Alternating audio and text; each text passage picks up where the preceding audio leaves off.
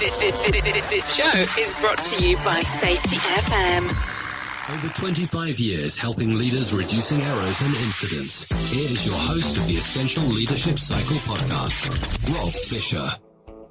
Welcome to the Essential Leadership Cycle podcast. I'm your host and intentional leader, Rob Fisher, President and Director of Operations for Fisher Improvement Technologies.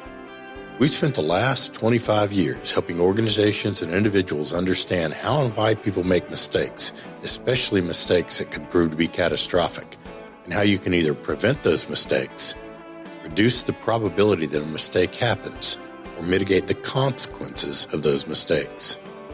The Essential Leadership Cycle podcast is here to provide leaders information, insights, methods, and tools to ensure a highly reliable, sustainable, and resilient organization. Most of the podcasts will contain a story and then some things for leaders to try on their own. We're also going to feature some special guests to share their experiences. I've been involved with discussions, mentoring, and coaching and consulting to everyone from New York major international CEOs and board members to frontline supervisors and field workers, and everyone in between. I want to expose leaders to the characteristics of intentional leadership that we've developed based on over 250 deployments, over 100 major companies, 40 countries, and 10 languages. The Essential Leadership Cycle podcast is an opportunity for leaders to hear how they can use intentional leadership concepts to improve performance using human performance, or HP, HOP, human and organizational performance, quality, lean, safety differently, and advanced error reduction. FIT has more than 250,000 students globally, and our personality diversity partners in Equilibria have over 600,000 data points related to how individuals with different personalities see and manage risk. As one of the original developers of the practical application of human performance, or HOP, principles and tools, I bring a unique perspective on where human error reduction and performance improvement started, where it has been, and where it's going. And I want to be able to share that with you. You see, I've always known that personality has something to do with how organizations and individuals see and manage risk. And over the years, I certified in most of the major personality trait profiles, whether it was Myers-Briggs or DISC or Robert Rome, Florence Littauer. But it wasn't until Chevron in San Joaquin Valley, their leadership introduced me to Louis Sr., the CEO of Equilibria. And we both saw that a combination of what we knew about human and organizational performance and what they knew from personality diversity tendencies and risk could be combined and integrated to improve the probability that leaders in the workforce will recognize and manage risk with lower vulnerabilities to the workforce, assets, and organization. We've now incorporated Equilibria's 8 essentials of leadership into what we call the Essential Leadership Cycle, as a way for leaders to understand their impact on performance improvement and what they can do to ensure a positive impact. You see, as a leader, if you use models, your workers will use models. If you use systems, your workers will use systems. And most importantly, if you use processes and programs, your workforce will use processes and programs. This is actually a learned behavior. And that learning starts with managers, starts with senior leaders. Before we had the essential leadership cycles, managers and senior leaders could really get away with not having to do a lot for human and organizational performance or performance improvement. A lot of things were pushed down to the workforce. But the essential leadership cycle actually gives the leaders the ability to use models to do the things they need to do. So I'm going to take a couple of minutes and describe the essential leadership cycle and its elements and interaction, just so you know what we'll be revisiting. You can always go look on our website and get a copy of the essential leadership cycle to reference. And I know we're in a medium that just requires a lot of listening, but I want to share each of the elements. And what I'm going to do over the next few podcasts is approach each one of those elements and the way it interacts with the other elements. So picture a cycle where you start with self and team awareness. Self and team awareness then leads to shared vision and values, which leads to clarity of roles and processes.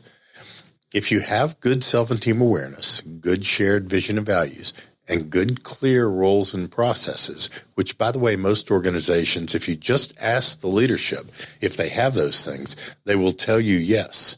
But only a few probing questions asked about those three will define whether that organization really does have good self and team awareness, shared vision and values, and clear roles and processes. If you have those three, it leads or starts to generate trust in the organization. That trust then allows the organization to be diverse and inclusive in the way they perform their business. It allows them to use diversity, physical diversity, gender diversity, religious diversity, looks diversity, and diversity and inclusion of thought. Once you have those elements, then people will start to make commitments that are theirs. They're not demanded commitments. They're commitments that the people offer up because they believe in what you're doing. The next step of the essential leadership cycle is accountability. And you notice that accountability is quite a ways around the essential leadership cycle. We'll revisit that in a little while. And then the last element of the 8 essentials in the essential leadership cycle is learning and continuous improvement. So again, the essential leadership cycle is self and team awareness, shared vision and values, clarity of roles and processes, trust, diversity and inclusion, commitment, accountability, and learning and continuous improvement. So using the essential leadership cycle as a system is going to generate better outcomes. Those better outcomes will be generated because when the leaders understand the essential leadership cycle, when they understand the task-based system, that leader knowledge can then convey into leader language and behaviors.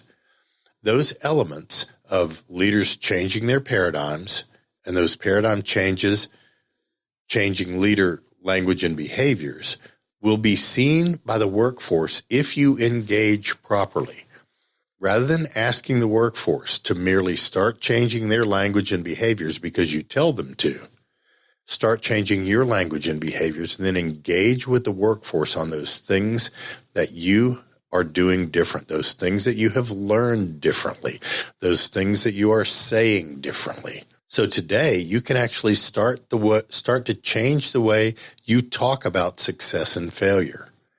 These will start to lead to better outcomes, a better version of your culture, your values, and your norms. The first thing you should try to do is stop asking why things happen. There's no reason for a leader to ask why something happened, especially in the first 48 hours. You all have the capability to do analysis of your incidents. That's where all of the whys come in. Start asking, how did this happen? And then be quiet and listen to what people say. Let that be an engagement where you are helping to discover how things happen. How did it play out? When you ask how instead of why, you're not backing people into a corner. See if you don't start getting different information in different ways almost immediately when you ask people, tell me what happened. Tell me how it happened instead of why did you do something? It's almost damaging to an organization when the organizational leaders, all the way down to the first line supervisors, ask the question why. The whys will be figured out, but they'll be figured out better if you understand how it happened and you understand what happened. Next time on the Essential Leadership Cycle podcast, we'll visit the first attribute of the cycle, self and team awareness. This has been your host, Rob Fisher. Thanks for listening, and remember, intentional leadership starts with you. The views and opinions expressed on this podcast are those of the host and its guest and do not necessarily reflect the official policy or position of the company. Examples of analysis discussed within this podcast are only examples. They should not be utilized in the real world as the only solution available, as they are based only on very limited and dated open source information. Assumptions made within this analysis are not reflective of the position of the company. No part of this podcast may be reproduced, stored in a retrieval system, or transmitted in any form or by any means, mechanical, electronic, recording, or otherwise, without prior written permission of the creator of the podcast, Jay Allen.